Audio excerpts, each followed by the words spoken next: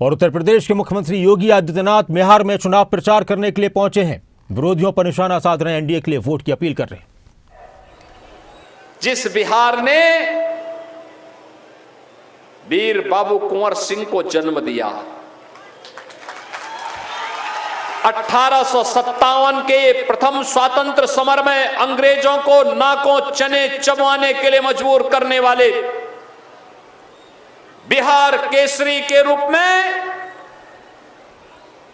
बाबू वीर कुंवर सिंह ने आरा से लेकर के आजमगढ़ तक अंग्रेजों को पीछे धकेलने का काम किया था और स्वतंत्र क्षेत्र का घोषणा करके भारत की स्वतंत्रता की घोषणा भी कर दी थी। बहनों और भाइयों, यह धरती अन्याय बर्दाश्त नहीं करती। इस धरती में मुगल आक्रांता हुमायूं को भी अपनी जान को बचा करके भागने के लिए मजबूर होना पड़ा था। यह बिहार की धरती है जिसने भारत के पहला राष्ट्रपति राजेंद्र बाबू को, जिस धरती ने देश के दूसरे उप प्रधानमंत्री बाबू जगजीवन राम को, जिसने देश की आजादी के बाद भारत के अंदर लोकतंत्र के गले को घोंटने का काम जब कांग्रेस के द्वारा किया जा रहा था, भारत के लोकतंत्र को बचाने के लिए बिहार के नौजवानों के माध्यम से भारत के नौजवानों को एकजुट किया था।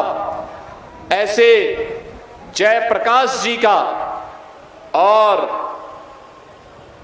कर्पूरी ठाकुर जी ने भी जिस धरा पर जन्म लिया हो, बहनों और भाइयों, वह बिहार जब अंगड़ाई लेता है तो भारत अंगड़ाई लेता है। बिहार जब स्वर्ण युग में जाता है तो भारत स्वर्ण युग में जाता है। और जब प्रधानमंत्री जी ने कहा है विकसित भारत, तो विकसित भारत के लिए विकसित बिहार भी आवश्यक है।